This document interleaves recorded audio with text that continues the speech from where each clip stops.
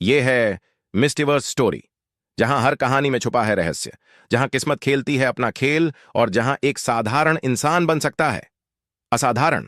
तो तैयार हो जाइए, क्योंकि अब शुरू होती है गरीब से करोड़पति सुपर फाइटर की रहस्यमयी कहानी।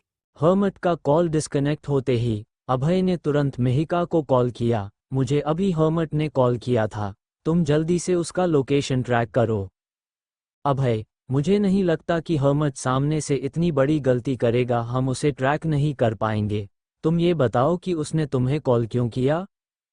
उसने कहा कि वो मुझसे बात करना चाहता है और मुझे नाइट फाइटर के खिलाफ भड़काने की कोशिश कर रहा था। आई थिंक वो मुझे टेस्ट कर रहा था कि वो मुझे नाइट फाइटर के खिलाफ करके अपनी टीम में शामिल कर पाएगा या नहीं। ये सुनकर मिहिका ने कुछ सोचते हुए पूछा, तो तुमने क्या कहा? मैं क्या कहता? नाइट फाइटर ने मुझे जेल से छुड़वाया नहीं होता तो मैं आज भी जेल की सलाखों के पीछे सड़ रहा होता। मिहिका ने कहा। ओके। मिहिका का कॉल डिस्कनेक्ट होने के बाद वो सीधे मिहिका और खुशी के बंगलों की तरफ निकल गया। वो पहले से ही वहां शिफ्ट होने का प्लान कर चुका था। अगले 2 दिन अभय के लिए बहुत नॉर्मल थे। इन 2 दिनों में वो पलक को छुपकर फॉलो कर रहा था ताकि उसे प्रोटेक्ट रख सके।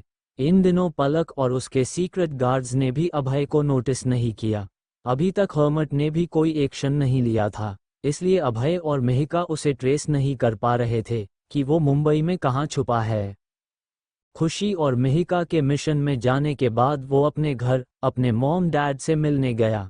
उसने देखा कि उसके पेरेंट्स काफ़ी परेशान थे। अभय को देखते ही उसकी मॉम ने सख्ती से पूछा, अभय तुमने फिर से हमसे झूठ बोला? नहीं मॉम, मैं क्यों झूठ बोलूँगा? और आप किस बारे में बात कर रहे हो? अभय के डैड जगदीश कपूर ने कहा, कपूर इंडस्ट्री एक बहुत बड़ी प्रॉब्लम में उलझ गई है। अभय ने अनजान बनने का नाटक करते हुए पूछा, कैसी प्रॉब्लम डैड? जगदीश कपूर ने अभय के चेहरे के एक्सप्रेशन देखे।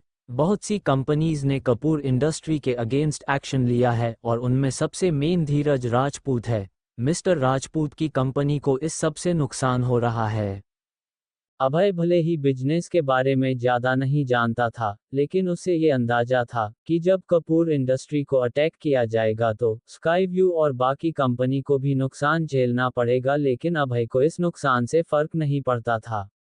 वैसे भी नाइट फाइटर में उसकी मिहिका और जोरा की पोजीशन सबसे बड़ी थी और उसे अपने काम से काफी पैसे मिलते थे। अभय गहरी सांस लेकर बोला, डैड मुझे इस बारे में पता है। जगदीश कपूर ने पूछा, धीरज बिना किसी कारण के कपूर एस पर अटैक नहीं करेगा। इससे कंपनी को बहुत लॉस हो रहा है।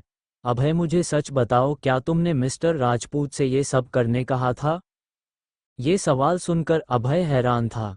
नहीं डैड, हो सकता है मिस्टर राजपूत को कपूर इंडस्ट्री से कोई प्रॉब्लम हो, वैसे भी बिजनेस में ऐसी राइवलरी तो चलती रहती है। जगदीश कपूर ने गुस्सा कंट्रोल करते हुए कहा, अभय मैं जानता हूं कि तुम्हारी और मिस्टर राजपूत की बहुत अच्छी दोस्ती है और मिस्टर राजपूत ने हमारी बहुत हेल्प की है। उन्होंने मुसीबत के वक्त मुझे जॉब दी और उन्होंने तुम्हें भी सपोर्ट किया है। अभय, तुम मिस्टर राजपूत को समझाओ कि वो कपूर एस को बर्बाद करने की कोशिश न करे, वरना उनकी कंपनी भी बर्बाद हो सकती है। उद्धरण चिन्ह। जगदीश कपूर ने अभय को समझाया, तुम मिस्टर राजपूत के जरिए अपना रिवेंज नहीं ले सकते बेटा, सिर्फ कपूर इंडस्ट्री को बर्बाद करने के लिए मिस्टर राजपूत का इतना सैक्रिफाइस करना ठीक नहीं है। अभय समझ गया था कि उसके डैड को किस बात फिक्र थी। डैड, मुझे इस बारे में ज्यादा नॉलेज नहीं है। वैसे भी ये मिस्टर राजपूत कर रहे हैं, मैं नहीं। By the way Kapoor industry का क्या हाल है अभी? बेटा, उनकी मार्केट वैल्यू 100 करोड़ डाउन हो चुकी है। सिर्फ धीरज की कंपनी ही नहीं, बल्कि किसी कारण से और भी कंपनीज कपूर इंडस्ट्री के खिलाफ हो गई है। अपने डैड की बातें सुनकर अभय को याद आया कि एक वक्त पर उसके डैड टॉप बिजनेसमैन थे और उन्होंने ही कपूर इंडस्ट्री का क्लॉथिंग बिजनेस बहुत ऊपर तक बढ़ाया था। अभय ने कुछ सोचते हुए कहा, डैड, क्यों ना आप खुद मिस्टर कपूर से बात करो? ऐसे अभय चाहता था कि उसके डैड आराम करे, लेकिन वो समझ गया था कि उसके डैड घर में बहुत बोर होते थे और बिजनेस में एक्टिव रहने पर ही उसके डैड खुश रहते थे। अभय की मॉम ने बीच में टोका, ओफो बस भी करो आप दोनों। अभय, तुमने कहा था ना कि तुम हमें अपनी गर्लफ्रेंड से मिलवाओगे। तुमने फिर से झूठ तो नहीं बोला ना?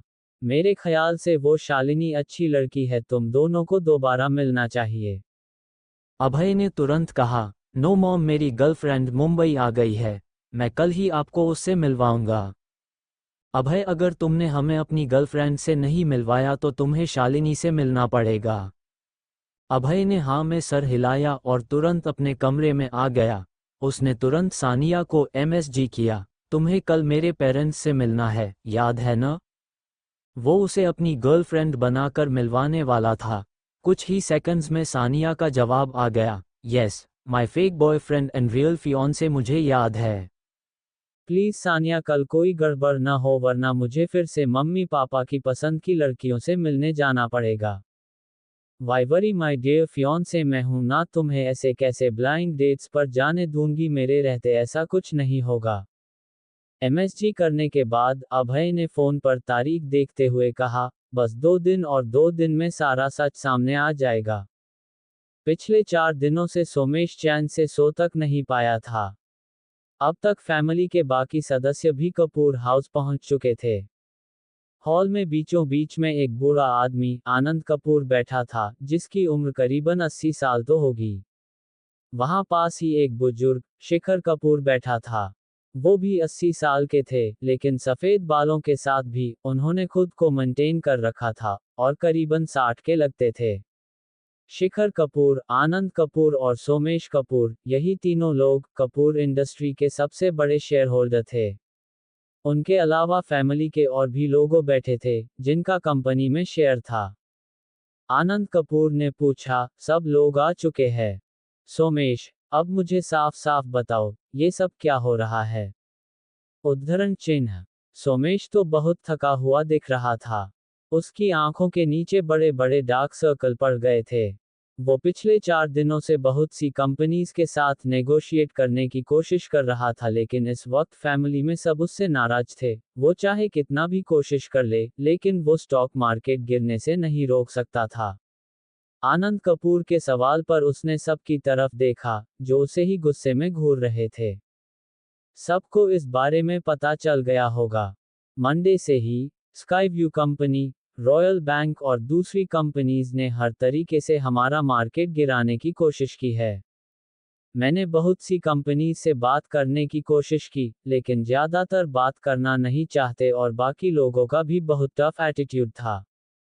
सोमेश कपूर ने समझाया, और मैं इसका कारण नहीं जान पाया कि कौन ये सब करवा रहा है और क्यों। आनंद कपूर ने पूछा, मैं नहीं जानता कि ये सब कब तक चलेगा, हम सब बहुत सा पैसा गवा चुके हैं। वहां बैठा राघव इस वक्त गुस्से में बैठा था। वो जानता था कि चाहे कुछ भी हो, कंपनी का अगला वो नहीं बल्कि जसदीप ही बनेगा, इसलिए वो बस चुपचाप सबकी बातें सुन रहा था। आनंद ने आगे कुछ सोचते हुए कहा, मेरे ख्याल से ये सब धीरज राजपूत ने शुरू किया है, और बाकी बैंक और कंपनीज उसके साथ मिल गई है। आनंद के बगल में बैठा आदमी गुस्से में बोला, ये धीरज राजपूत पागल तो नहीं हो गया है? इससे उसकी कंपनी को भी कोई फायदा नहीं होने वाला, उसकी कंपनी की भी मार्केट वैल्यू डाउन हो रही है।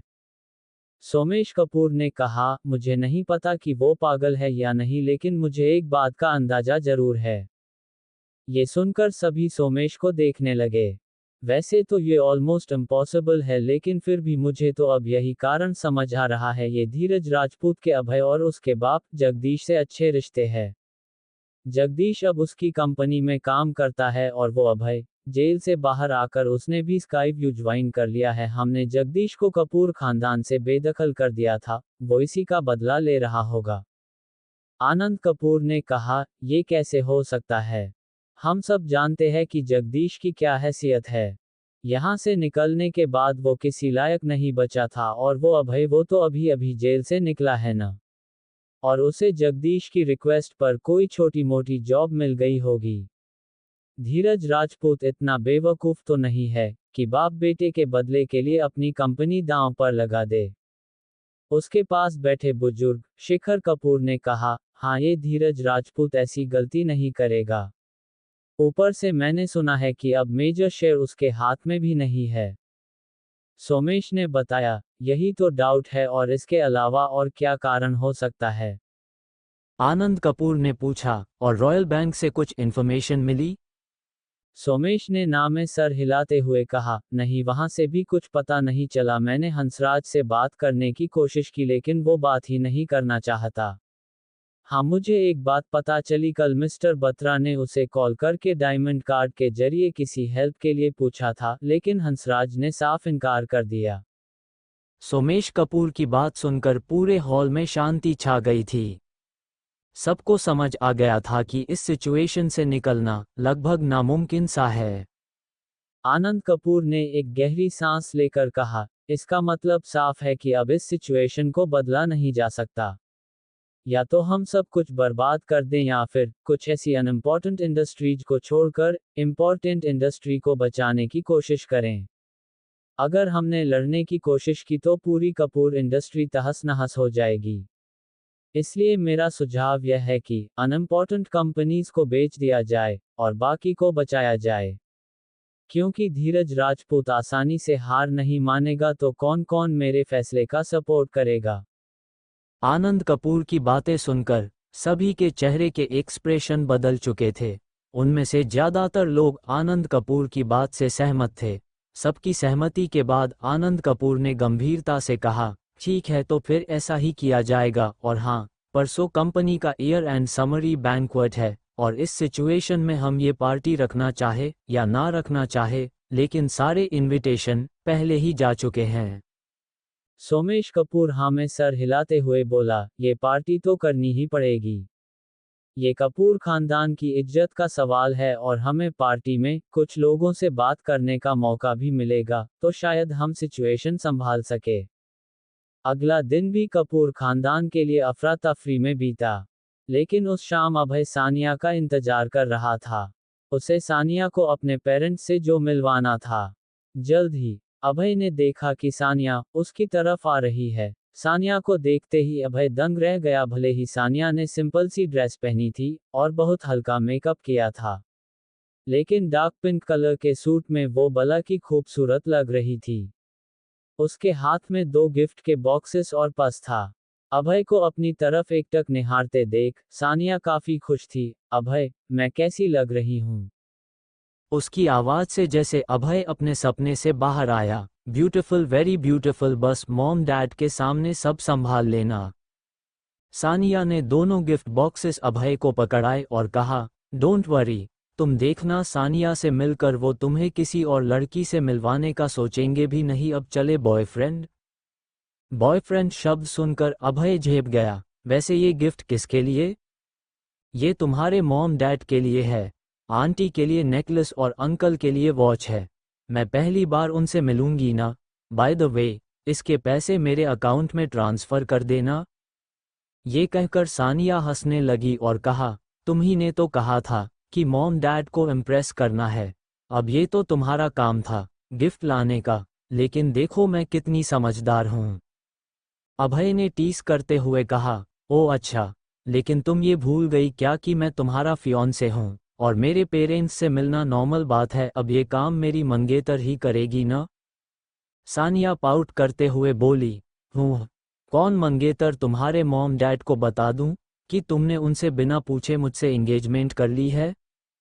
अभय ने तुरंत कहा, अरे मेरी माँ, गलती हो गई, मुझसे माफ करो, लेकिन ऐसा कुछ मत बोलना, बस गर्लफ्रेंड बनने की एक्टिंग करो, ओके?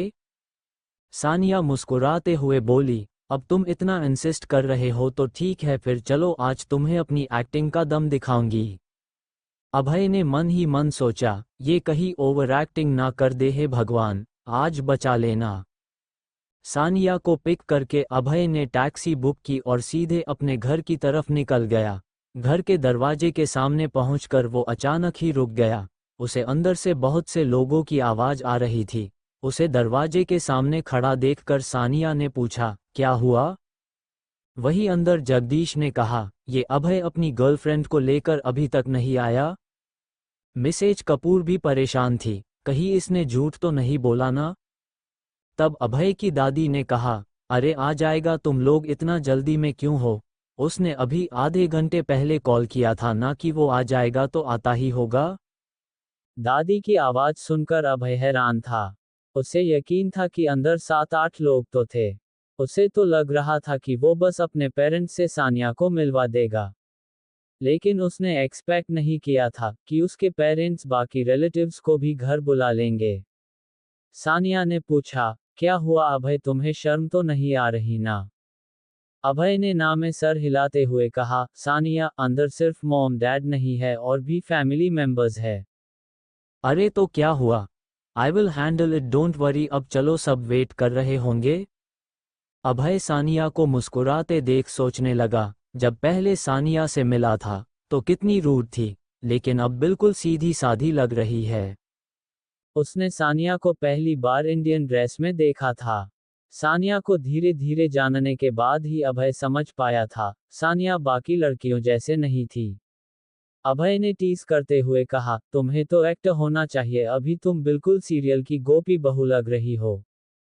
ये कहते हुए उसने दरवाजा खोला। अंदर हॉल में बिल्कुल शांति छा गई। सब के सब दरवाजे की तरफ ही देख रहे थे। यहाँ तक आवाज सुनकर अभय की मॉम भी किचन से बाहर आ गई थी। अभय के साइड में सानिया को देखकर सबके सब सरप्राइज थे। अभय इतने सारे मेंबर्स से सानिया को मिलवाने में थोड़ा नर्वस फील कर रहा था। भले ही उसकी पहले शादी हुई थी, लेकिन सब कुछ रिया के डैड ने अरेंज किया था और वहाँ ये फैमिली मीटिंग जैसी कोई बात ही नहीं थी। वो पहली बार किसी लड़की को अपने पेरेंट्स से मिलवाने लाया था और ऊपर ये उसकी रियल नहीं बल्कि फेक गर्लफ्रेंड थी और अब उसके पेरेंट्स के अलावा बाकी रिलेटिव्स भी घर में मौजूद है और अगर गड़बड़ हुई और सच सामने आ गया कि सानिया उसकी गर्लफ्रेंड बनने का नाटक कर रही है, तो उसके लिए बहुत एम्बैरेसिंग हो जाएगा। सबको अपनी तरफ ही घूरते देख अभय थोड़ा अनकंफर्टेबल लग रहा था। लेकिन सानिया काफी शांत और कंफर्टेबल दिख रही थी। उसने सबकी तरफ देखकर हाथ जोड़कर नमस्ते किया। जैसे ही उसने ग्रीट किया, बाकी सब लोगों ने भी नमस्ते किया और तब तक अभय की मॉम भी उनके पास आ गई थी। आओ बेटा, यहाँ बैठो। उनका पूरा ध्यान सानिया पर था। अभय खुद सानिया के बगल में आकर बैठ गया। अभय की मॉम ने पूछा, हमें तो अभय ने तुम्हारा नाम तक नहीं बताया। सानिया ने मुस्कुराते हुए जवाब दिया, जी आंटी, मैं सानिया राठौर। उद्धरण चिन्ह। अभय की मॉम ने स्माइल करते हुए कहा, बड़ा ही प्यारा नाम है। हमारा अभय बहुत लकी है, उसे तुम्हारी जैसी गर्लफ्रेंड मिली। अभय के पेरेंट्स की नज़रों में अभय के लिए एक गर्लफ्रेंड ढूंढना बहुत डिफिकल्ट था, क्योंकि सब उसे क्रिमिनल समझते थे और अब जब सानिया से मिले थे, तो उन्हें यकीन ही नहीं हो रहा था कि अभय को सच में इतनी खूबसूरत लड़की मिली थी। सानिया दिखने में ही बहुत सरल और सुंदर थी। सानिया तो सबको पसंद आ गई थी। वो लोग एक के बाद एक सवाल पूछ रहे थे और सानिया बड़े आराम से मुस्कुराते हुए हर सवाल का जवाब दे रही थी। अभय ने खांसते हुए सबका ध्यान अपनी तरफ खींचते हुए कहा, अब बस भी करो सब लोग, उसे पानी पीने का तो टाइम दो। ये सुनकर अभय की दादी मुस्कुराते हुए बोली, चलो, इसे इतना ख्याल रखना तो आता है। अभय ने सामने टेबल पर रखे गिफ्ट्स उठाकर अपने पेरेंट्स को देते हुए कहा, ये सानिया ने आप दोनों के लिए दिया था। अभय की मॉम ने सानिया की तरफ मुस्कुराकर देखा। तुम आ गई सानिया बेटा, इतना काफी था। गिफ्ट्स लाने की क्या जरूरत थी? उद्धरण चिन्ह। आंटी, आई एम सॉरी, मैं बस आप दोनों के लिए गिफ्ट लाए। अभय ने कहा था कि वो मुझे आप दोनों से मिलवाने वाला है। मुझे नहीं पता था कि दादी, भाभी और आंटीज भी होंगे। अगली बार ऐसा नहीं होगा, पक्का। अरे बेटा, इसकी जरूरत नहीं है, वैसे क्या मैं अभी ये गिफ्ट देख सकती हूँ? सानिया ने मुस्कुराकर हाँ में सर हिलाया। तो अभय की मॉम ने बड़ा संभालकर गिफ्ट बॉक्स ओपन किया। उन्होंने जैसे ही नेकलेस देखा, वो समझ गई कि वो एक्सपेंसिव था। उन्होंने सानिया से बोला, ये तो बहुत महंगा गिफ्ट है, सानिया। अब तक जगदीश ने भी अपना बॉक्स ओपन कर लिया था। उसके अंदर एक ब्रांडेड वॉच थी। उन्होंने हैरानी से पूछा, इस ब्रांड की वॉच तो बहुत महंगी होती है, 2 लाख से ऊपर ही प्राइस रहता है, ये इतना महंगा गिफ्ट? जगदीश की बात सुनकर सब हैरान रह गए। जगदीश ने तुरंत वो बॉक्स क्लोज किया और सानिया की तरफ बढ़ाते हुए बोले, बेटा, हम ये नहीं ले सकते।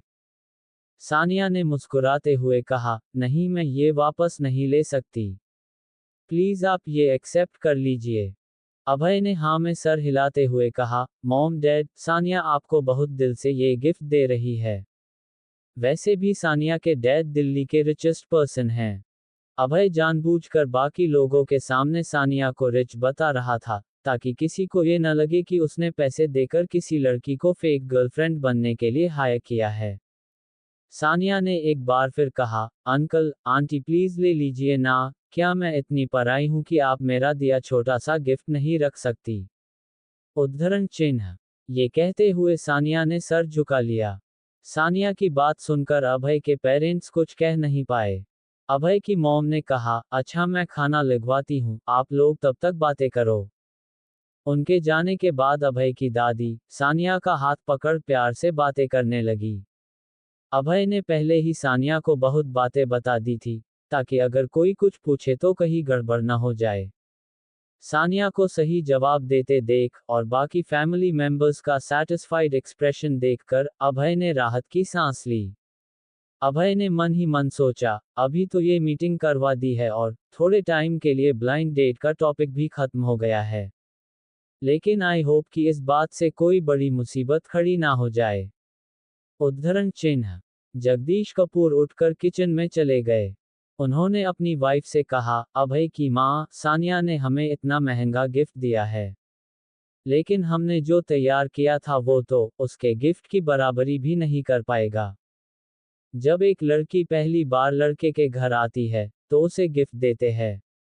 उन्होंने 20,000 रुपए का नेकलेस खरीदा था और 5,001 रुपए का लिफाफा भी बना रखा था। अब उन्हें अपना गिफ्ट देने में एम्बैरसमेंट फील हो रही थी।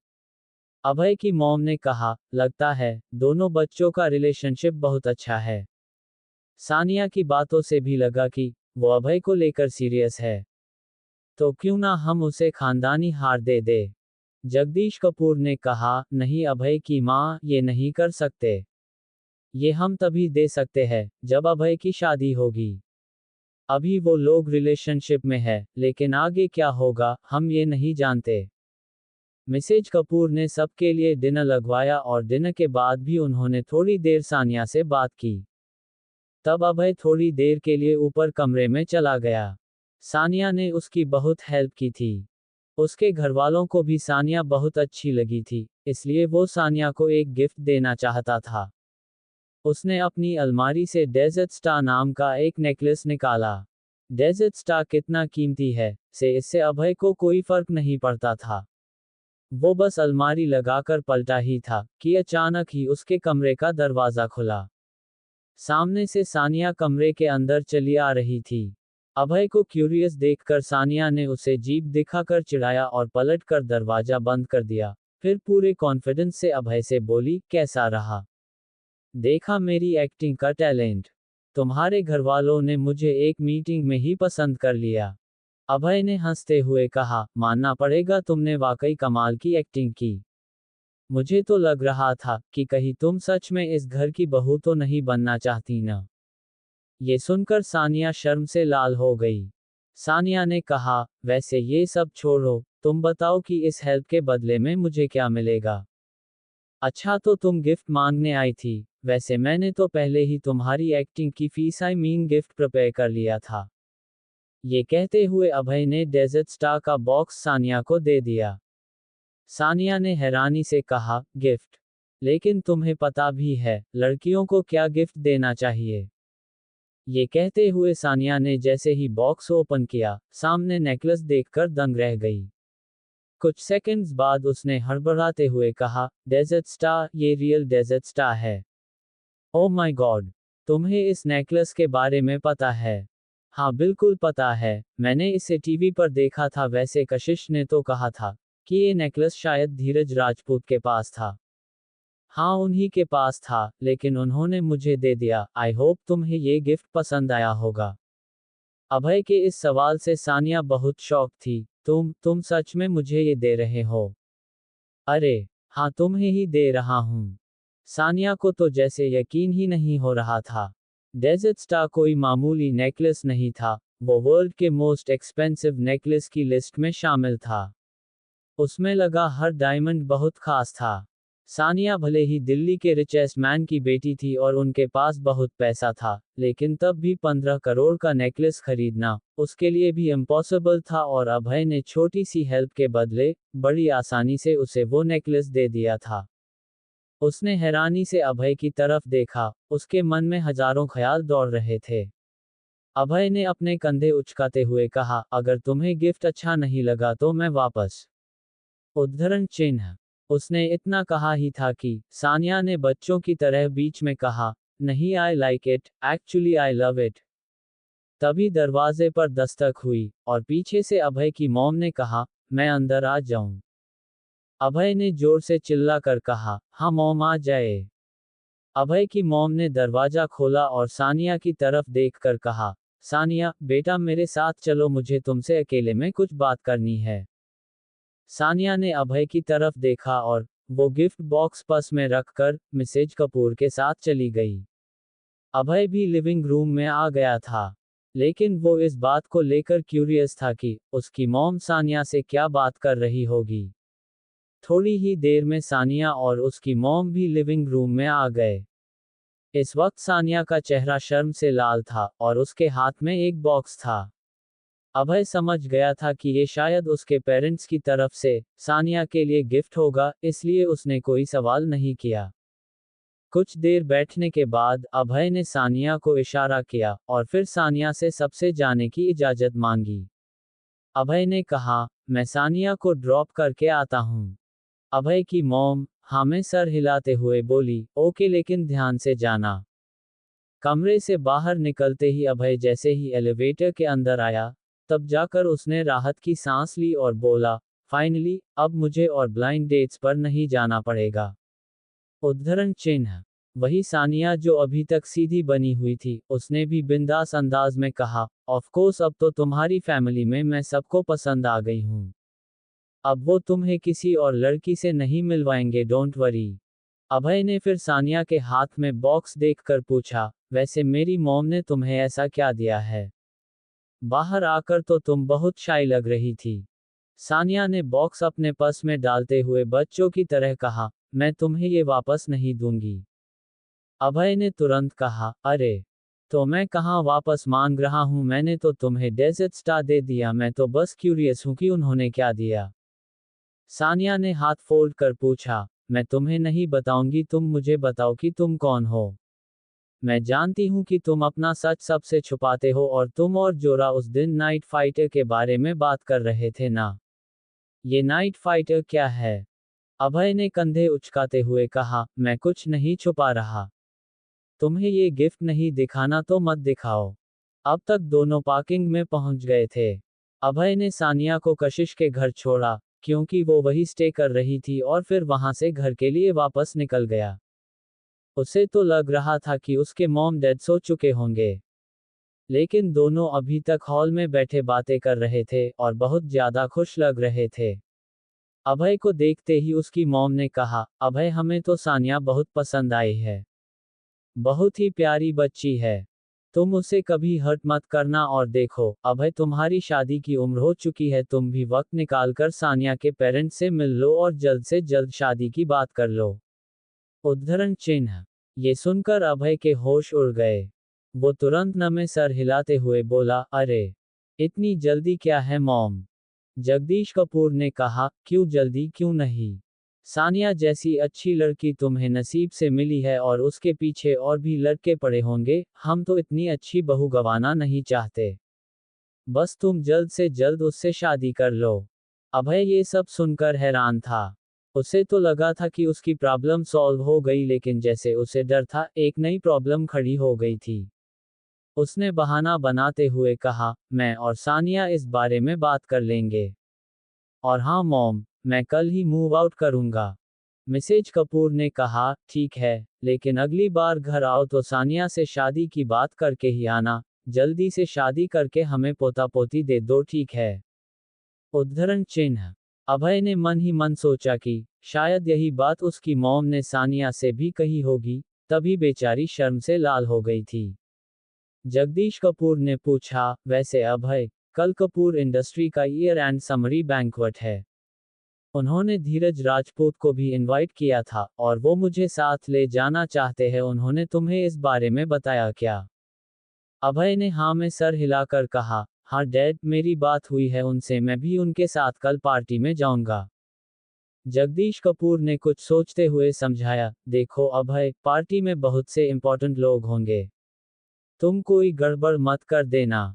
तुम अब कंपनी में खास पोजीशन पर हो और अगर तुमसे अनजाने में भी कुछ गलत हुआ तो मिस्टर राजपूत और उनकी कंपनी की रेपुटेशन भी खराब होगी। वैसे भी दोनों इंडस्ट्रीज में बहुत मतभेद है। आज ही कपूर इंडस्ट्री की 4 कंपनीज डाउन हो गई है। उद्धरण चिन्ह। जगदीश कपूर वैसे तो अपनी कंपनी को लेकर फिक्रमंद थे, लेकिन उन्हें भी कपूर इंडस्ट्री का डाउनफॉल देखकर सुकून मिल रहा था। 9 साल पहले जो हुआ था, उससे उनके पूरे परिवार को बहुत तकलीफ हुई थी। अभय ने कहा, डैड मैं कोई गड़बड़ नहीं करूंगा। ये कहकर अभय अपने कमरे में आ गया। वही तनिष्का अपने हाथ में वाइन का ग्लास लिए खिड़की के सामने खड़ी थी। तभी पीछे से बलराम ने उसका नाम पुकारा, तनु। तनिष्का ने पलट कर देखा, क्या हुआ भैया? बलराम ने कहा, कपूर फैमिली के बैंक्वेट में मैं अपने घर को रिप्रेजेंट करने वाला हूँ। कामिनी भी जाने वाली है, तुम भी चलना चाहोगी? कामिनी ने कहा, हाँ भैया, मैंने तो पहले ही कहा था कि मुझे चलना है पार्टी में। वैसे भी अभय ने कहा था कि इस पार्टी में वो सच साबित करेगा। उद्धरण चिन्ह। उस वक्त निधि और वंशिका अपने घर में किसी आदमी के साथ बातचीत कर रहे थे। उस आदमी ने गोल्डन कलर के स्पेक्स लगाए हुए थे। निधि ने गुस्से में कहा, तुम इस वक्त यहाँ क्यों आए? उस आदमी ने हल्के से मुस्कुराते हुए कहा, निधि, इतना गुस्सा क्यों हो रही हो? मेरे पास तुम्हें डाइवोर्स देने के अलावा कोई चॉइस नहीं था, लेकिन मैंने तुम्हें इतनी बड़ी कंपनी भी तो दे दी। उद्धरण चिन्ह। निधि ने गुस्से में कहा, तुम वापस चले जाओ। अगर तुम्हें कंपनी वापस चाहिए तो ले लो, लेकिन यहाँ से दफा हो जाओ। मुझे वैसे भी इस कंपनी में कोई इंटरेस्ट नहीं है। मुझे कपूर फैमिली के बैंक्वेट में इनवाइट किया है, इसलिए मैं आया था और सोचा कि तुम्हें और बच्चों को भी मिल लूंगा। निधि ने गुस्से में कहा, गेट आउट ऑफ हियर। तुम्हारा और वंशिका का कोई रिश्ता नहीं है, याद रखो उसके नाम के पीछे अब मेरा सरनेम है। उस आदमी ने कहा, ठीक है, अभी मैं जा रहा हूँ, लेकिन तुम्हें कल पार्टी में मिलूंगा। उद्धरण चिन्ह। उस वक्त शहर में और भी लोग पार्टी अटेंड करने आ चुके थे और अभय अपनी बालकनी में खड़ा शहर को देख रहा था। 9 साल। पिछले 9 साल से उसके अंदर रिवेंज की आग दहक रही थी। उसने सिगरेट का कश लगाते हुए कहा, कल के दिन मेरे जिंदगी के लिए नए सूरज का आगाज होगा और मेरे दुश्मनों के लिए अंधेरे की शुरुआत। अभय अपनी बालकनी में बैठा पार्टी में अपने प्लान को एग्जीक्यूट करने के बारे में सोच रहा था। उसे सारी रात नींद नहीं आने वाली थी। वहीं सुबह सुबह शहर के पास जंगलों में अलग ही हलचल मची थी। वहां जमीन पर कोई दर्द से कराह रहा था। तभी पेड़ों की कतारों के बीचों बीच काला लिबास पहने हुए एक आदमी दोनों हाथों में चाकू पकड़े बाहर आया और जमीन पर पड़े इंसान की तरफ देखकर कहा, क्या नाइट फाइटर 2 में बस इतना ही दम था? हाँ, जमीन पर दर्द से कराहने वाली जोरा ही थी। जोरा ने खांसते हुए खून की उल्टी की और उसके चेहरे पर गुस्सा नजर आने लगा। उसके शरीर में एक अलग ही बिजली दौड़ने लगी। उसने अपने आप को हिम्मत दी और उठकर खड़ी हो गई।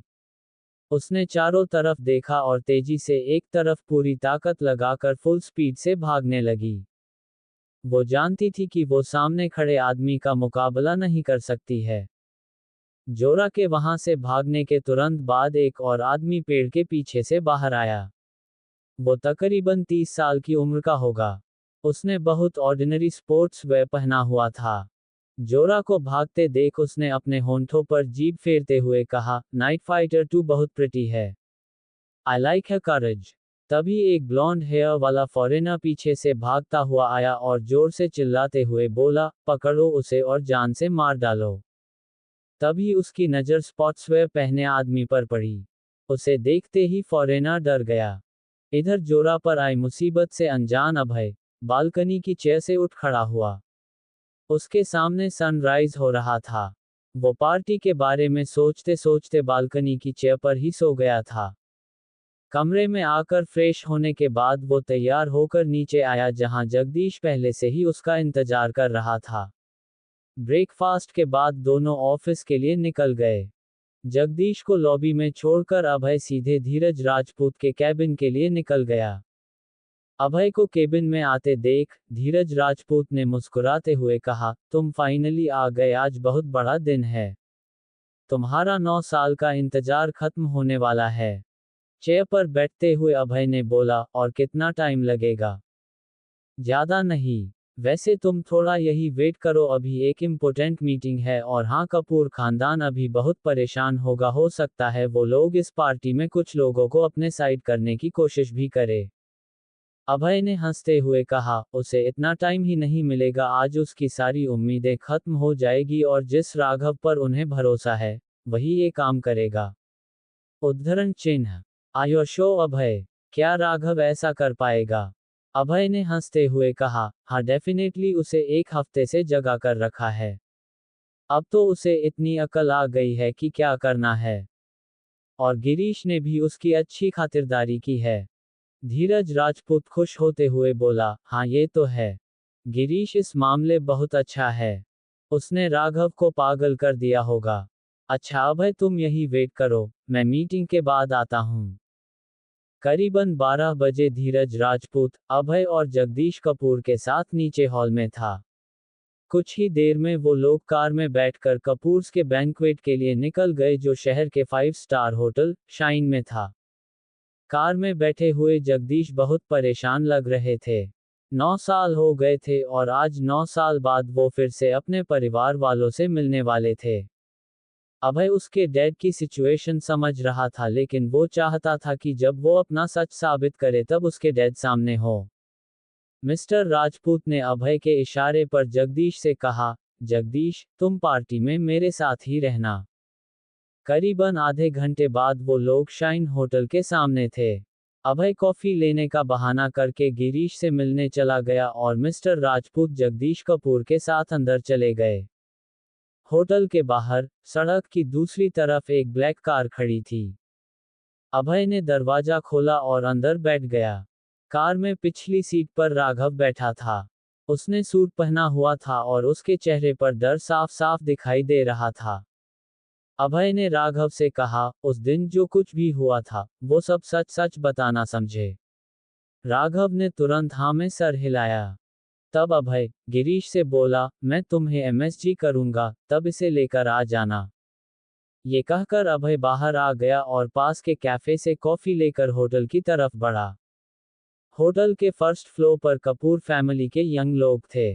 हर साल फैमिली के यंग लोग ही गेस्ट का वेलकम करते हैं। अभय ने दूर से ही बलराम को कामिनी और तनिष्का के साथ एंटर करते देख लिया था। उसने नोटिस किया कि सभी ने सूट पहना हुआ था, बस वही ऑर्डिनरी कपड़ों में था। तभी उसने जसदीप की आवाज सुनी, बलराम, तुम्हारी फैमिली ने आने की हिम्मत कैसे की? बलराम बड़ी शालीनता से बोला, तुमने मेरे परिवार को इनविटेशन भेजा था, तो हमें आना पड़ा। जसदीप ने तंज कसते हुए कहा, तुम्हें बुलाना ही नहीं चाहिए था। तुम जैसे लोग यहाँ आना डिजर्व नहीं करते। पावर हासिल करने के लिए तुम अपनी बहन का रिश्ता दीपक से करवा रहे थे और फिर तुमने वहां रिश्ता तोड़ के हमसे रिश्ता जोड़ने चाहा, और अब हमारी खराब सिचुएशन देखकर तुम लोगों ने दूसरों से हाथ मिला लिया और तुम्हारी ये बहनें पैसे के लिए कहीं भी रिश्ता कर लेती है, इनमें जरा भी शर्म नहीं है।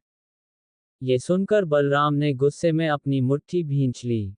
वहां पास ही खड़े लोग उन पर हंसने लगे थे। तब बलराम गुस्से में कुछ कहता इससे पहले ही कामिनी ने उसकी बाह पकड़ते हुए कहा, भैया, आप भी किसके मुंह लग रहे हो जिन्हें गेस्ट से बात करने की तमीज नहीं है? चलिए, हम अंदर चलते हैं। तनिष्का ने कहा, भैया, हम लोग किसी खास कारण से आए हैं न, आप इसे इग्नोर कीजिए। बलराम ये सुनकर शांत हो गया। उसने इनविटेशन कार्ड टेबल पर रखा और कामिनी और तनिष्का के साथ लिफ्ट के अंदर चला गया। अभय बाहर खड़ा सब सुन रहा था। उसने मन ही मन कहा, देखता हूं इस कपूर खानदान का घमंड कितनी देर टिकेगा। अभय ने गहरी सांस ली और एंट्रांस की तरफ बढ़ गया। उसे देखते ही जसदीप और उसके कजन रितेश कपूर के चेहरे के रंग बदल गए। रितेश ने पहले भी अभय से टक्कर लेने की कोशिश की थी लेकिन उसे हमेशा हार ही मिली थी।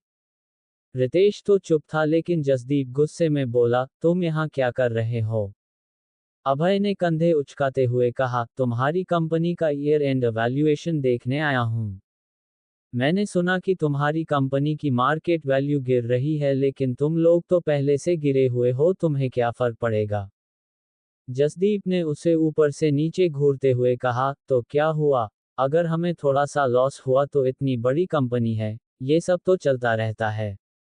लेकिन तुम भिखारी, ये कैसे समझोगे? अभय ने कहा, ओह अच्छा है, फिर आई होप ये घमंड कायम रख पाओ। ये कहकर अभय ने टेबल पर इनविटेशन कार्ड रखा और लिफ्ट की तरफ बढ़ा। लेकिन जसदीप उसका रास्ता रोकते हुए बोला, हमारे बैंक्वेट में सिर्फ खास और हाई एंड लोग ही इनवाइटेड है, क्रिमिनल्स को अंदर जाने की इजाजत नहीं है। इससे पहले कि वो कुछ कहता, पीछे से ललित बत्रा की आवाज आई। सही कहा, यहाँ इसके जैसे क्रिमिनल्स की जगह नहीं है। अभय ने साइड में देखा तो निशा, ललित बत्रा और उनके दादाजी उसी की तरफ बढ़ रहे थे। मिस्टर बत्रा को देखते ही जसदीप ने तुरंत हाथ जोड़कर नमस्ते किया। दादाजी उसे मुस्कुराते हुए देखा और फिर अभय की तरफ देखकर बोले, तो तुम अभय हो? ललित ने कहा, दादाजी, इसी ने मुझ पर हाथ उठाया था। 9 साल तक ये मर्डर के लिए जेल में भी बंद था। मिस्टर बत्रा ने कहा, जेल में रहने वालों से मैनर्स की उम्मीद नहीं की जा सकती। अभय कपूर, तुम्हें मेरे पोते से माफी मांगनी चाहिए। अभय ने कहा, मैं और इससे माफी? ललित गुस्से में बोला, जल्दी से घुटने के बल बैठकर माफी मांग ले वरना मुंबई शहर में रहने लायक नहीं बचेगा। अभय ने मिस्टर बत्रा की तरफ देखकर कहा, वैसे किसी ने सच कहा है, सड़े हुए बीज से उगे पेड़ का फल भी सड़ा ही निकलता है। आप में ही खोट है तो पोते को क्या सिखाओगे? ये सुनकर बाकी लोग हैरानी से अभय को देखने लगे। मिस्टर उमेश बत्रा शहर के जाने माने हस्ती थे और कोई उन्हें प्रवोक करने की गलती नहीं कर सकता था। लेकिन अभय की इस हरकत पर जसदीप और रितेश खुश थे। मिस्टर बत्रा ने कहा, ए लड़के, जरा तमीज से ये मत सोचना कि तुम्हें लड़ना आता है तो बाकी लोग कमजोर है। उनकी बात सुनकर अभय हंस पड़ा। वैसे तो वो अभी अपनी स्किल्स दिखा सकता था, लेकिन इतने लोगों के बीच उसे अपना सीक्रेट रिवील नहीं करना था। इसलिए उसने सबको इग्नोर किया और लिफ्ट के खुलते ही अंदर चला गया। जसदीप उसे फिर से रोकने वाला था, लेकिन रितेश ने जसदीप के कंधे पर हाथ रखकर कहा, भाई, अगर वो अंदर जाना चाहता है तो उसे जाने दो, वैसे भी वो मिस्टर राजपूत के अंडर काम करता है। उसके कपड़े देखे आपने? अगर वो ऐसे अंदर जाएगा तो लोग उसे वर्कर या वेटर समझेंगे, तब उसकी और स्काई व्यू कंपनी की ही इज्जत डाउन होगी। तुमने ठीक कहा भाई। वैसे तो रितेश और जसदीप एक दूसरे को कुछ खास पसंद नहीं करते थे क्योंकि दोनों ही कपूर इंडस्ट्री के सीईओ बनना चाहते थे। लेकिन इस वक्त अभय के खिलाफ दोनों साथ हो गए थे। वही निशा कुछ सोचते ही दादाजी और ललित के साथ लिफ्ट के अंदर चली गई। उसके दिमाग में क्या चल रहा था कोई नहीं जानता था।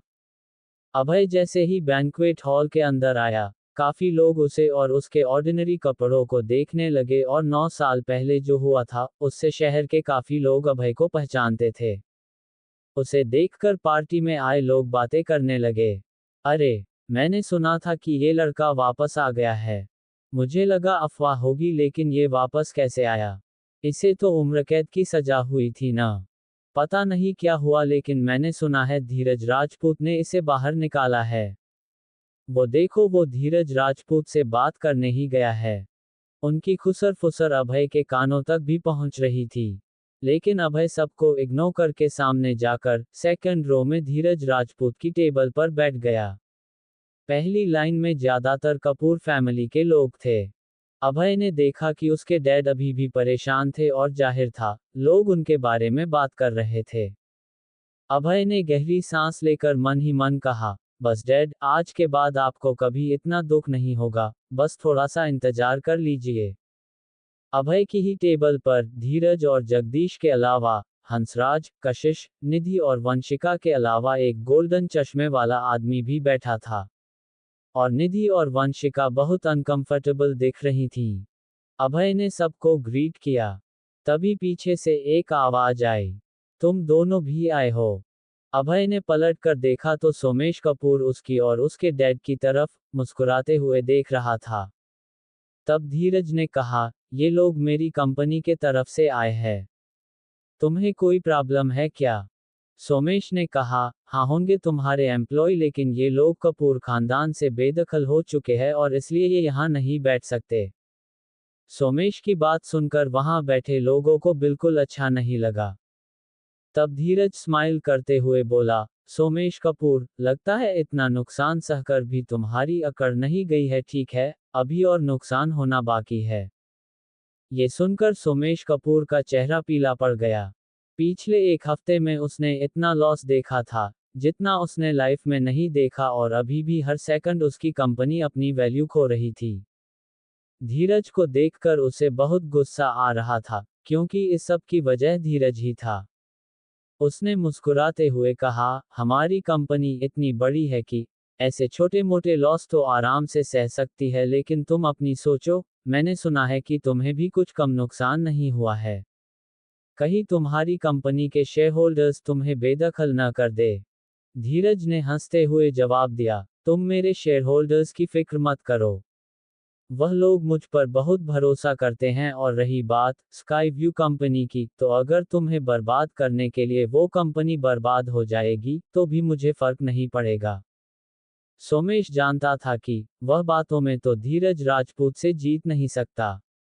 इसलिए उसने जगदीश और अभय की तरफ देखकर गुस्से में कहा, तुम दोनों ने सुना नहीं, अभी तक यहाँ बेशर्मों की तरह बैठे हुए हो। जाओ जाकर पीछे की टेबल पर बैठो। अभय ने भान चढ़ाकर सोमेश की तरफ देखा, लेकिन कुछ नहीं कहा, क्योंकि वह जानता था कि थोड़ी देर बाद स्टेज पर जब राघव आएगा तब पूरे कपूर खानदान की सिट्टी पट्टी गोल हो जाएगी। उसने जगदीश से कहा, डैड, चलिए पीछे चलते हैं। तब धीरज भी अपनी जगह से उठ खड़ा हुआ। अभय, मैं भी चलता हूँ, हमारी कंपनी के मेंबर्स जहाँ बैठेंगे साथ ही बैठेंगे। वैसे भी मिस्टर सोमेश कपूर को हमारी शक्ल देखकर कंपनी के शेयर याद आ रहे होंगे, कहीं वो रोने न लग जाएं, इसलिए पीछे चलते हैं।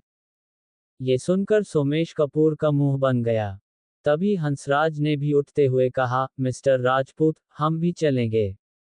ये सुनकर सोमेश थोड़ा घबरा गया, क्योंकि कशिश और हंसराज रॉयल बैंक से थे और रॉयल बैंक की शहर में सबसे ज्यादा रेपुटेशन थी। लेकिन अब वो उन्हें रोक भी नहीं सकता था। तब निधि भी उठ खड़ी हुई, और साथ साथ वंशिका भी। हम भी चलते हैं।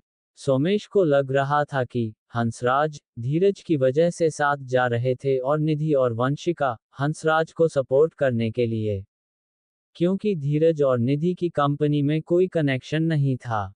सब लोग उठकर वहां से पीछे की तरफ जाने लगे। ये सब देखकर बाकी लोग भी हैरान थे, खासकर जिन्होंने उनकी बातें नहीं सुनी थी।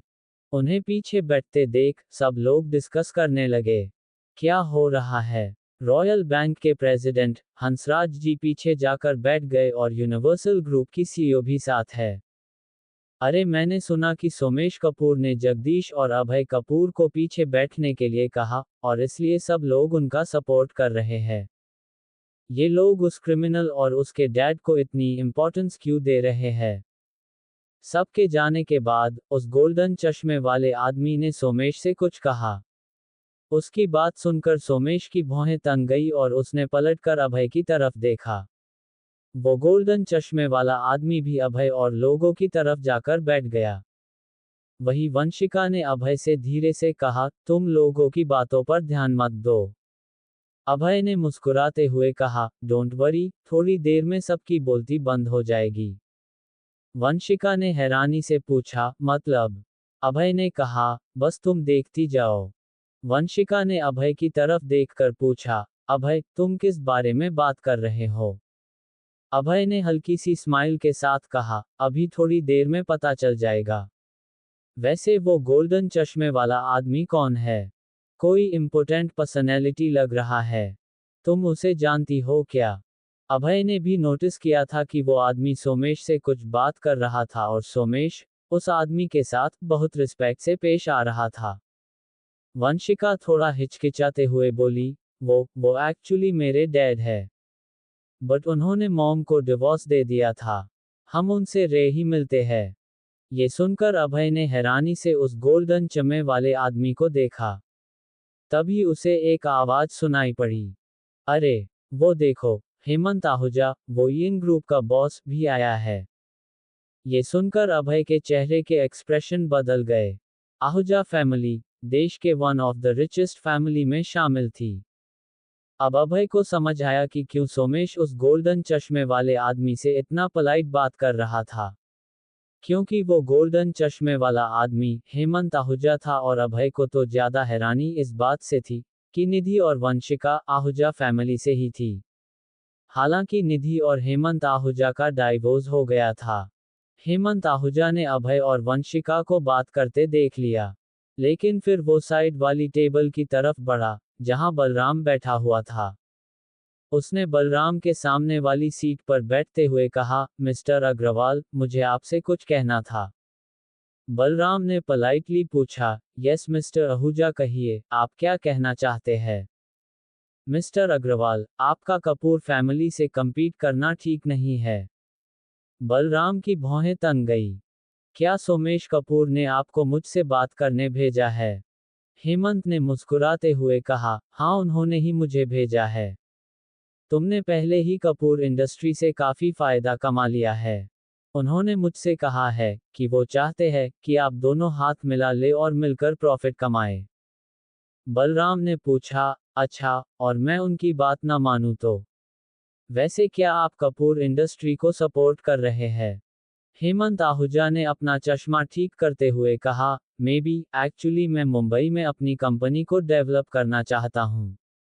पहले भी मेरा यही इरादा था, लेकिन फिर मैंने हाई ग्रुप निधि को दे दिया। और इससे पहले कि हेमंत आगे कुछ कहता, साइड से निधि तंज कसते हुए बोली, अगर तुम्हें कंपनी वापस चाहिए तो ले लो, मुझे उस कंपनी में इंटरेस्ट भी नहीं है। हेमंत ने ना में सर हिलाया और बलराम की तरफ देखते हुए बोला, मिस्टर अग्रवाल, मुझे लगा था कि इस बार यहाँ डेवलपमेंट पॉसिबल है। लेकिन आप और कपूर आपस में ही लड़ रहे हैं। तो फिर मुझे ही कोई एक्शन लेना होगा। बलराम ने तुरंत आंखें चौड़ी करते हुए कहा, तो आप कपूर फैमिली का साथ देकर मेरी कंपनी को टारगेट करना चाहते हैं? हेमंत ने कहा, मैंने ऐसा तो नहीं, लेकिन अगर तुमने कदम पीछे नहीं हटाए तो मेरे पास कपूर्स का साथ देने के अलावा कोई रास्ता नहीं है। आफ्टर ऑल, मैं और सोमेश स्कूल टाइम से एक दूसरे को जानते हैं और जब मैंने मुंबई में हाई ग्रुप खड़ा किया था तब उसने मुझे काफी हेल्प किया था। बलराम हेमंत की तरफ घूरते हुए बोला, ठीक है फिर, अब तो मैं और कपूर इंडस्ट्री अंत तक लड़ते रहेंगे। या तो वो बर्बाद होंगे या मैं। हेमंत ने अपना चश्मा एडजस्ट करते हुए कहा, ठीक है मिस्टर अग्रवाल, अगर आपने यही डिसाइड कर लिया है तो। वैसे जो भी होगा, आई होप हमारे बिजनेस रिलेशनशिप में कोई फर्क ना पड़े। अभय ये सब बड़े ध्यान से सुन रहा था। हेमंत आहूजा की बातें सुनकर उसे अंदाजा हो गया था कि हेमंत बिजनेस वर्ल्ड का मंझा हुआ खिलाड़ी था और ऐसे लोगों से दूर रहना ही सही होता है। हालांकि अभय अभी तक ये अंदाजा नहीं लगा पाया था कि हेमंत आहूजा किस तरह का आदमी था, अच्छा या बुरा। अब तक सभी लोग हॉल में आ चुके थे और उनमें से कुछ मुंबई के जाने माने लोग थे। जब उन्होंने हंसराज, धीरज राजपूत और बाकी लोगों को पीछे बैठे देखा तो पहले तो वो हैरान थे। लेकिन कुछ लोग बिजनेस अपॉर्चुनिटीज के लिए उनके पास बात करने जरूर आ रहे थे। बाकी लोग आपस में बातचीत कर रहे थे, जिसमें सबसे ट्रेंडिंग टॉपिक कपूर इंडस्ट्री के गिरते हुए स्टॉक्स थे और साथ ही साथ जगदीश एंड अभय की पार्टी में प्रेजेंस भी।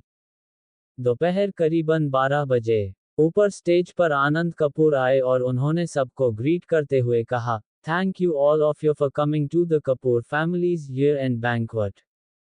उन्होंने काफी बातें की और कपूर इंडस्ट्री के अचीवमेंट्स के बारे में बताया। करीबन 8 मिनट के बाद उन्होंने गंभीरता से आगे कहा, अभी हॉल में किसी कारण से कपूर इंडस्ट्री को कुछ परेशानियों का सामना करना पड़ रहा है। लेकिन जो हो रहा है, वो बस छोटी सी प्रॉब्लम है और आज मैं इसी कारण कुछ खास अनाउंसमेंट्स करना चाहता हूँ।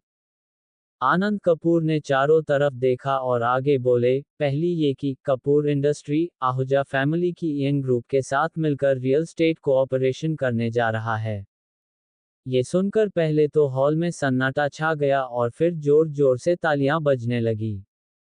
भीड़ में सामने बैठे किसी ने कहा, मुझे तो पता ही था कि कपूर इंडस्ट्री के लिए ये प्रॉब्लम ज्यादा बड़ी नहीं होगी। देखो, उन्होंने आहूजा फैमिली के साथ नया प्लान तैयार कर लिया। अब तो जो लोग कपूर फैमिली के खिलाफ खड़े थे, उन्हें पछतावा हो रहा होगा। उसी वक्त बहुत सारे लोगों ने पलटकर हेमंत आहूजा की तरफ देखा जो मुस्कुराते हुए ताली बजा रहा था। कुछ लोगों ने धीरज राजपूत की तरफ देखा जो अभी भी बिल्कुल शांत बैठा हुआ था। वही स्टेज पर आनंद कपूर के इशारे पर सोमेश कपूर उनके बगल में आकर खड़ा हुआ और माइक लेकर कहा, हर कोई हमारे कपूर खानदान के बैकग्राउंड के बारे में जानता है, इसलिए अगर हमें बर्बाद करना चाहते हो तो अपनी बर्बादी देखने के लिए तैयार रहो। खैर, मैं इस बारे में और कुछ नहीं कहूँगा। आज हमारी ईयर एंड पार्टी है और मैं सभी कंपनी का यहाँ वेलकम करता हूँ और साथ ही साथ आप सभी को हमारे साथ कॉर्पोरेशन के लिए इनवाइट करता हूँ। लोगों का रिएक्शन देखकर सिर्फ सोमेश कपूर ही नहीं, बल्कि कपूर फैमिली के बाकी लोग और कपूर इंडस्ट्री के शेयर होल्डर्स ने भी राहत की सांस ली। वही जसदीप ने मुस्कुराते हुए पलटकर अभय की तरफ देखा, जैसे जानबूझकर उसे नीचा दिखाना चाहता हो। सोमेश कपूर ने पीछे की टेबल्स की तरफ देखते हुए कहा, इसके अलावा मैं मिस्टर धीरज राजपूत को भी एक सुझाव देना चाहता हूँ। मिस्टर राजपूत, आप हर किसी को कंपनी में हायर मत कीजिए, वरना उनके सजेशन से आपको नुकसान ही होगा। अपना नाम सुनकर धीरज राजपूत ने घूरते हुए सोमेश की तरफ देखा। वही अभय की भी भौहें तन गई थी। सोमेश कपूर मुस्कुराते हुए आगे बोला, मैं आप सभी को धीरज राजपूत के दो खास एम्प्लॉय से मिलवाना चाहता हूँ। उस आखिरी टेबल पर धीरज राजपूत के बगल में मामूली कपड़े पहने जो लड़का बैठा है ना, उसका नाम है अभय कपूर, जो मर्डर के इल्जाम में 9 साल जेल में था और अभी कुछ दिनों पहले ही छूट कर आया है। सोमेश ने फिर जगदीश की तरफ इशारा करते हुए कहा, और उनके बगल में बैठे हैं इस क्रिमिनल के डैड जगदीश कपूर, जिन्हें कपूर खानदान ने बेदखल कर दिया गया था। मिस्टर राजपूत ऐसे क्रिमिनल्स को हायर करके बिजनेस वर्ल्ड की रेपुटेशन खराब कर रहे हैं। सोमेश की बात सुनकर सभी लोग पलटकर अभय और धीरज राजपूत की तरफ देखने लगे। आज की पार्टी में कपूर फैमिली का मैं पर्पस यही था कि अपनी रेपुटेशन बढ़ाकर दूसरी कंपनीज को कॉर्पोरेशन के लिए इनवाइट किया जाए, और ये तभी पॉसिबल था जब उसकी ऑपोजिट पार्टी की रेपुटेशन खराब हो, यानी धीरज राजपूत की। वैसे भी सोमेश कपूर पहले से ही धीरज राजपूत से खुन्नस खाए बैठा था। इधर जगदीश कपूर बहुत परेशान हो गए थे। वो 9 साल से इस बेइज्जती को झेल रहे थे। इतने सालों में उन्होंने बहुत स्ट्रगल किया था और लोगों की ओछी नज़रों से उन्हें बहुत शर्मिंदगी महसूस हो रही थी। उनके माथे पर पसीना आ गया था। अभय के इंसिडेंट की वजह से उन्होंने अपने बहुत से रिलेटिव्स से लड़ाई की थी और बहुत से लोगों से रिश्ते तोड़ दिए थे।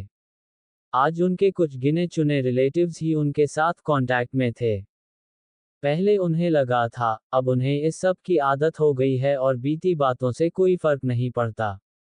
लेकिन जब सबके सामने दोबारा से उसी पास्ट को रिवील करके उनकी बेइज्जती की जा रही है, तो उनके लिए ये सब सहन करना मुश्किल हो गया था।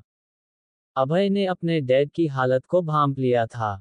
उसने तुरंत अपने डैड को समझाया, डैड, आप इन लोगों की बातों पर ध्यान मत दो। ये लोग कपूर खानदान की असलियत नहीं जानते और वो सोमेश कपूर, उसे तो बस नीचा दिखाना ही आता है। आप उसकी बातों को दिल से मत लीजिए।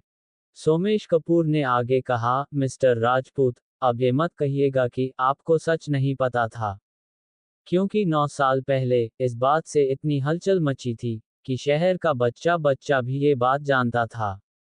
हमने तो ऐसे लोगों को घर से बेदखल कर दिया, लेकिन आपने उन्हें आसरा दे दिया।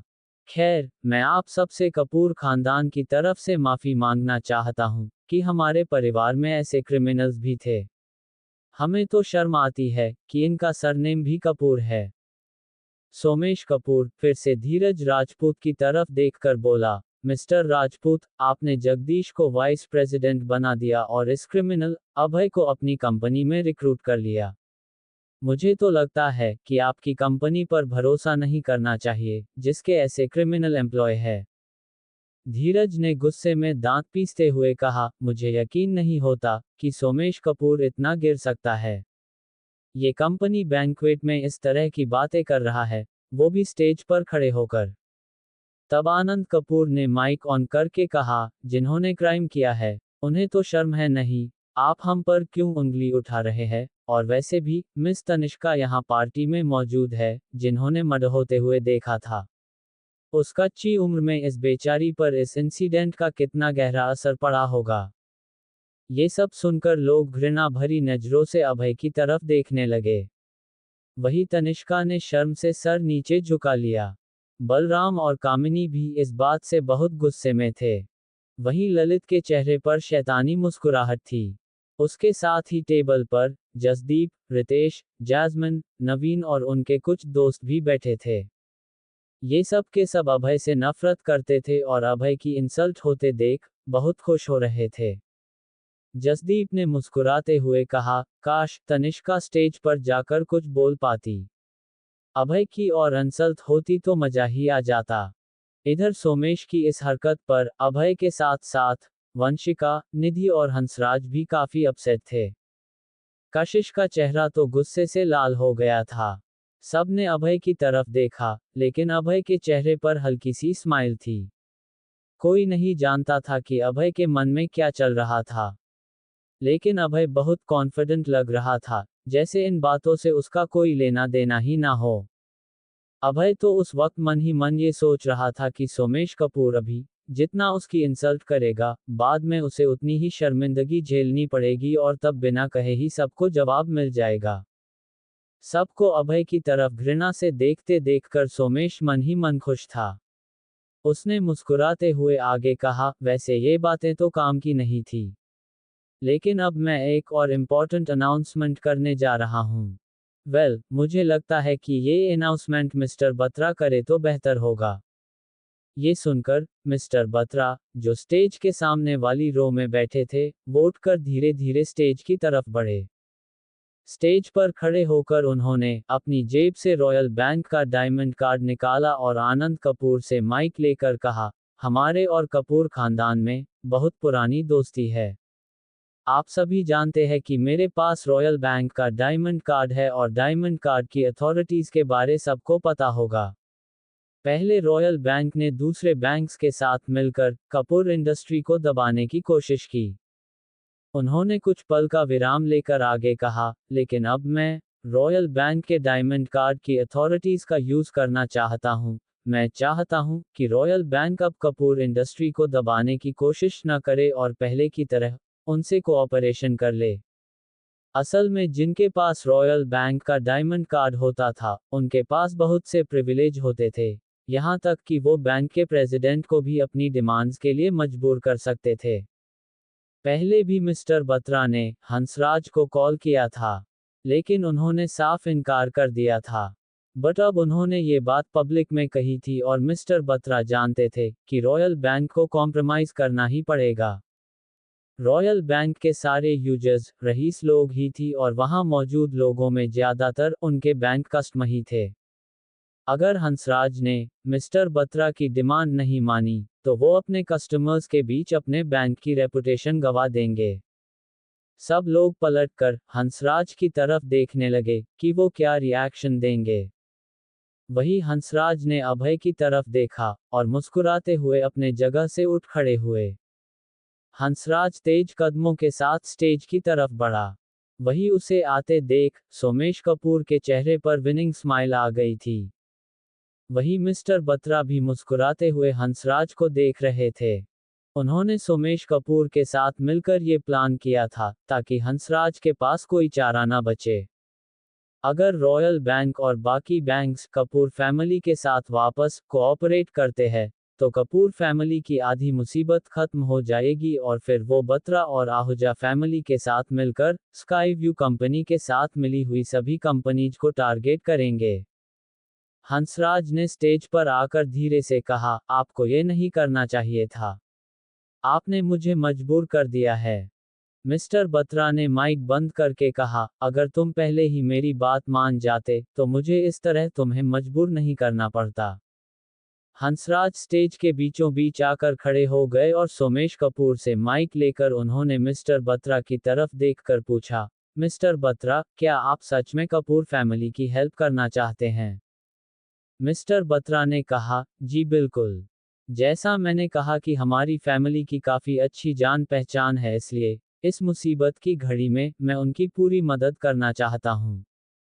ये सुनकर हंसराज ने हाँ में सर हिलाया और फिर सबकी तरफ देखते हुए कहा, अगर ऐसा है तो आज मैं कुछ अनाउंस करना चाहता हूँ। हंसराज की यह बात सुनकर कपूर फैमिली में सभी लोगों के चेहरे पर बड़ी सी स्माइल आ गई थी। सबको लग रहा था कि इस पार्टी के बाद उनकी सारी मुसीबतें खत्म होने वाली है। अभय ने देखा कि मिस्टर हंसराज उसे ही देख रहे थे। अभय कुछ समझ नहीं पाया। तभी उसके फोन पर सानिया का मैसेज आया। वो उसे लंच पर चलने के लिए बुला रही थी।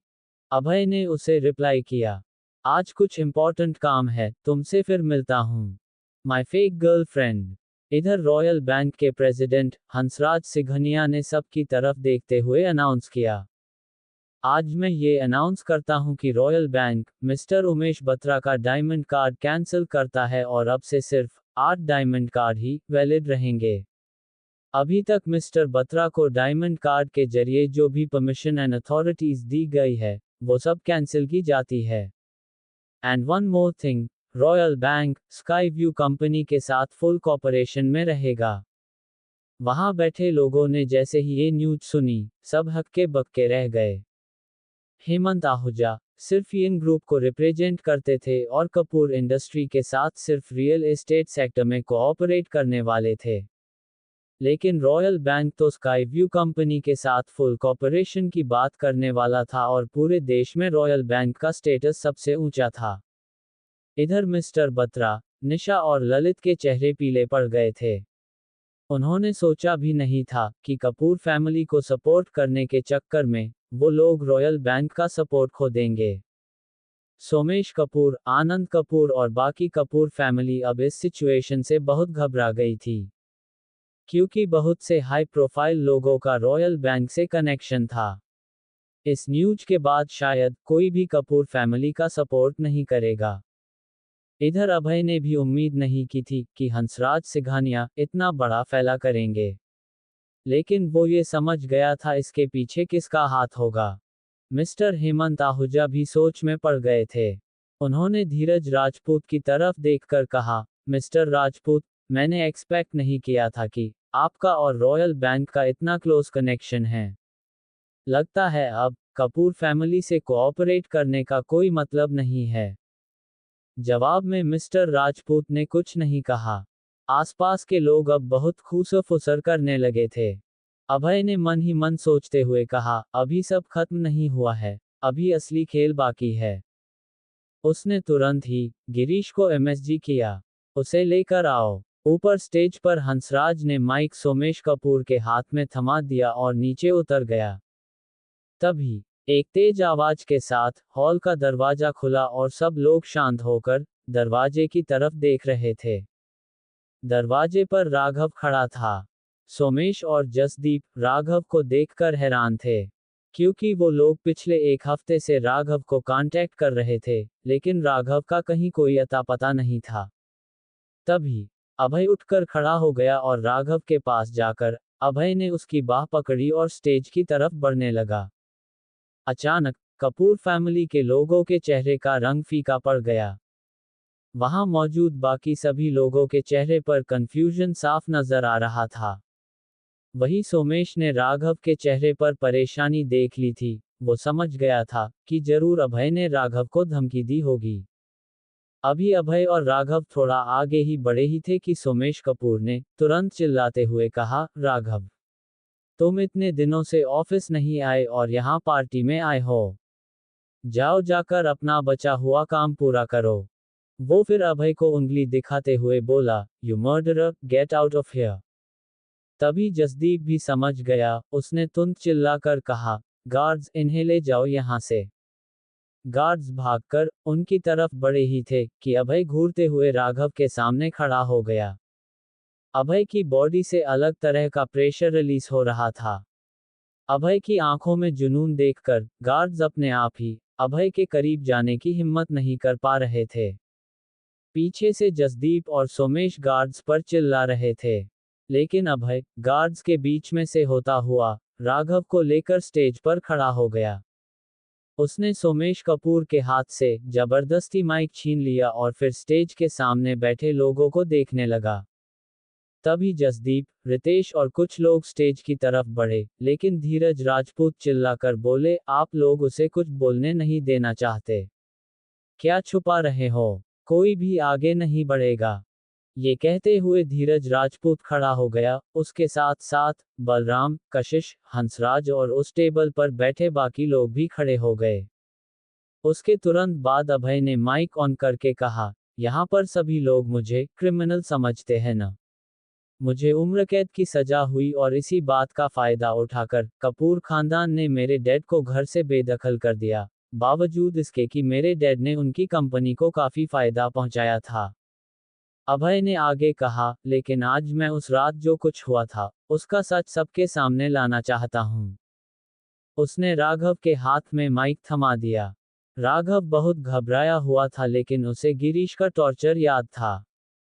अभय को झूठे इल्जाम में फंसाया गया था। उसे फंसाने का प्लान में मैं, मिस्टर सोमेश कपूर, जसदीप और दीपक शामिल थे। राघव ने और भी कुछ लोगों के नाम लिए और ये बात सुनते ही पूरे हॉल में खुसर फुसर शुरू हो गई। रितेश ने गुस्से में कहा, अभय, तुम राघव को धमकाकर, ये सब बुलवाकर अपना गुनाह छुपाना चाहते हो।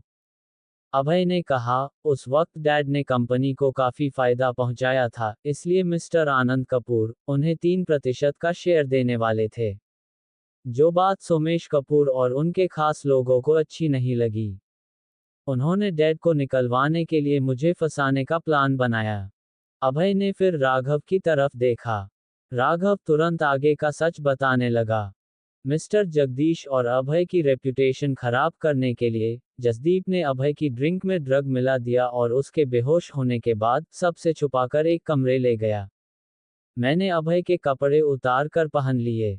हमने पहले ही एक अनाथ लड़के को पैसे के लालच से पार्टी में बुलवा लिया था। अभय के फोन से मैंने तनिष्का को एमएसजी करके एक ऐसी जगह बुलाया जहां वो सब कुछ दूर से देख सके। राघव ने आगे हिचकिचाते हुए कहा, फिर मैंने नीचे आकर हल्के से अंधेरे की आड़ में उस लड़के का मर्डर कर दिया और यही सब दूर से तनिष्का ने देखा था। और क्योंकि मेरी और अभय की हाइट, पर्सनालिटी सेम है और मैंने उसके ही कपड़े पहने थे, तो तनिष्का को लगा कि वो अभय है जिसने मर्डर किया। मैंने वो चाकू अभय के हाथ में पकड़ा दिया ताकि उस पर अभय की उंगलियों के निशान आ जाए। उसके बाद पुलिस अभय को पकड़कर ले गई। तनिष्का की गवाही और सारे सबूतों के आधार पर अभय को जेल हो गई। पूरे शहर में ये खबर फैल गई और इसी का फायदा उठाकर मिस्टर सोमेश कपूर ने जगदीश कपूर को घर से निकलवा दिया। सोमेश कपूर और बाकी सभी कपूर फैमिली बहुत शॉक थी। वही आनंद कपूर ने गहरी सांस लेकर कहा, अब कुछ नहीं बचेगा। ये सब सुनकर सोमेश कपूर ने पागलों की तरह चिल्लाकर कहा, ये सब झूठ है। इस अभय ने तुझे कितने पैसे खिलाए बता, जो तू उसका गुनाह हमारे मत्थे डाल रहा है। इसके पास क्या सबूत है कि हमने ये सब किया? तब अभय मुस्कुराते हुए बोला, इस बात का सबूत अभी मिल जाएगा। तब राघव अपना फोन निकालते हुए बोला, मुझे उस वक्त डर था कि कहीं मिस्टर कपूर बाद में मुझे फंसा न दे, इसलिए मैंने हम सब की बात करते हुए वीडियो बना लिया था। उसने तुरंत वीडियो प्ले किया। सब लोग सुन सकते थे कि किस तरह सोमेश ने बाकी लोगों के साथ मिलकर पूरा प्लान बनाया था। सारा सच जानने के बाद सभी लोग बहुत शॉक्ड थे। किसी ने सोचा भी नहीं था कि सोमेश कपूर ये सब घटिया हरकत करेगा। सोमेश डर के मारे स्टेज पर गिर गया। जसदीप, आनंद कपूर और बाकी कपूर फैमिली के चेहरे पर घबराहट और डर नजर आ रहा था। उनके चेहरे देखकर अभय को बहुत सुकून मिल रहा था। इधर जगदीश की आंखों में खुशी के आंसू आ गए थे। पिछले 9 सालों में उन्होंने बहुत इंसल्ट सहन की थी, लेकिन सच सबके सामने आ ही गया। वही स्टेज पर अभय ने सोमेश कपूर की तरफ देखकर मुस्कुराते हुए कहा, तुमने अपने लालच के लिए मुझे फंसाकर जेल भेजा था ना। अब तुम खुद सलाखों के पीछे जिंदगी गुजारने के लिए तैयार हो जाओ। ये कहकर अभय स्टेज से नीचे उतरकर जगदीश के सामने आ गया और गर्व से बोला, डैड, मैंने आपसे कहा था, आपकी और मॉम की परवरिश में कोई कमी नहीं है और देखिए, आज मैंने अपने आप को बेगुनाह साबित कर ही दिया। जगदीश कपूर ने उठकर अभय को तुरंत गले से लगा लिया। थोड़ी देर बाद अभय ने कहा, अब यहाँ से चलिए डैड, ये बात मॉम को भी तो बतानी है। अभय और जगदीश के पीछे पीछे धीरज भी हॉल से बाहर निकल आया। होटल से बाहर निकलकर धीरज ने एक्साइटेड होकर कहा, वाह, आज तो मजा ही आ गया। तुमने कूपर फैमिली का चेहरा देखा, कैसे रोनी सूरत हो गई थी। भाई, आज तो न्यूज की हेडलाइंस बड़ी ही इंटरेस्टिंग होगी। अभय जानता था कि न्यूज वाले जरूर ये पता करने की कोशिश करेंगे कि इतने सालों बाद राघव ने सब कन्फेस क्यों किया। लेकिन गिरीश ने पहले ही सब प्लान कर रखा था। राघव कुछ नहीं कहेगा और सबको लगेगा कि धीरज ने राघव को ढेर सारा पैसा दिया होगा ताकि सच सामने आए और कपूर इंडस्ट्री पूरी तरह बर्बाद हो जाए। धीरज ने दोनों को किसी अच्छी जगह चलकर सेलिब्रेट करने के लिए पूछा, लेकिन जगदीश कपूर घर जाना चाहते थे। वो जल्द से जल्द अपनी वाइफ को ये गुड न्यूज़ बताना चाहते थे। अभय कुछ कहता, तभी उसके फोन की घंटी बजी। उसने फोन निकाल कर देखा तो मेहिका का कॉल था। धीरज और जगदीश कपूर के जाने के बाद अभय ने तुरंत मेहिका को कॉल किया। हेलो, हाँ बोलो। अभय, जल्दी घर आओ, नंबर 2 मुसीबत में है। ये सुनकर अभय परेशान हो गया। मैं बस अभी आया। कॉल रखते ही उसने तुरंत अपने डैड और मिस्टर राजपूत से कहा, आप लोग चलिए, मैं कुछ देर में आता हूं, और उनका जवाब सुने बिना ही भागते हुए मेन रोड की तरफ दौड़ने लगा। उसे भागते देख जगदीश कपूर ने कहा, इस लड़के का बचपना नहीं गया। ये सुनकर धीरज हंसते हुए बोले, मिस्टर कपूर, आपका बेटा बहुत काबिल है। इधर अभय भागते हुए सड़क के दूसरी तरफ खड़ी ब्लैक कार में जाकर बैठा, जहां गिरीश पहले से बैठा हुआ था। अब तक राघव भी भागते हुए बाहर आकर उनकी कार में बैठ गया था, क्योंकि उसे डर था कि कहीं कपूर फैमिली उसे जान से मारने की कोशिश न करे। गिरीश ने हैरानी से कहा, क्या हुआ? तुम लोग ऐसे भागते हुए क्यों आए? अभय ने राघव को देखा और गिरीश से बोला, जल्दी से डॉक्टर के पास चलो। गिरीश तुरंत समझ गया कि कुछ अर्जेंट मैटर है। उसने तुरंत गाड़ी स्टार्ट की और मेहिका के घर की तरफ निकल पड़ा। एंट्रेंस पर आकर अभय ने गिरीश से गाड़ी रोकने के लिए कहा और नीचे उतरकर बोला, तुम लोग अब जाओ, मुझे यहाँ कुछ काम है। उनके जाने के बाद अभय भागते हुए मेहिका के घर पहुंचा। उसने देखा, हॉल में मेहिका और खुशी बैठे हुए थे और दोनों ही काफी परेशान और थके हुए लग रहे थे। नंबर 2 कहाँ है? मेहिका ने एक कमरे की तरफ इशारा करते हुए कहा, वो सामने वाले कमरे में, वो अभी भी कोमा है। अभय ये सुनकर शॉक्ड था। मेहिका नाइट फाइटर होने के कारण जहां भी रहती थी, एक कमरे को ऑपरेटिंग रूम बनाकर रखती थी, क्योंकि उनके खतरनाक काम में कभी भी इस चीज की जरूरत पड़ सकती थी। अभय ने गुस्से में पूछा, ये किसने किया?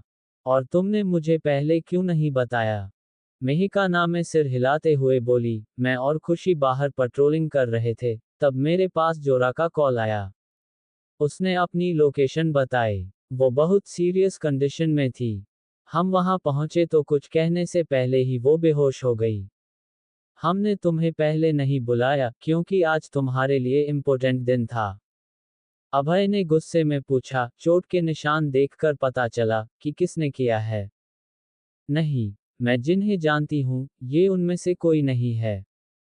ये सुनकर अभय बहुत गुस्से में आ गया था।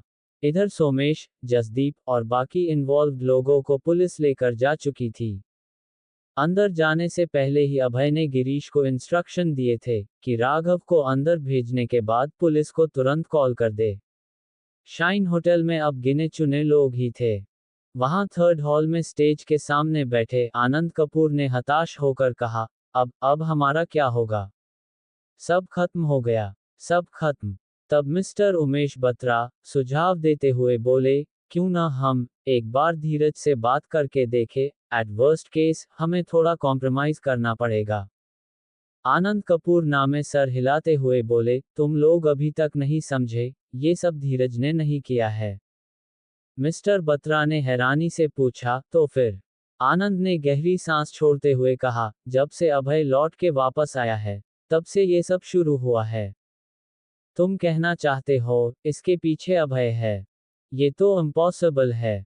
मुझे तो यही लगता है, क्योंकि धीरज इसके पीछे होता, तो वो पहले ही ये सब कर सकता था। ये सुनकर सब सोच में पड़ गए कि क्या वाकई ये सब अभय ने किया? लेकिन कैसे? उसके पास तो कोई सोर्स भी नहीं है। मिस्टर बत्रा ने कहा, आप गलत सोच रहे हैं। मुझे नहीं लगता कि अभय ये सब कर सकता है।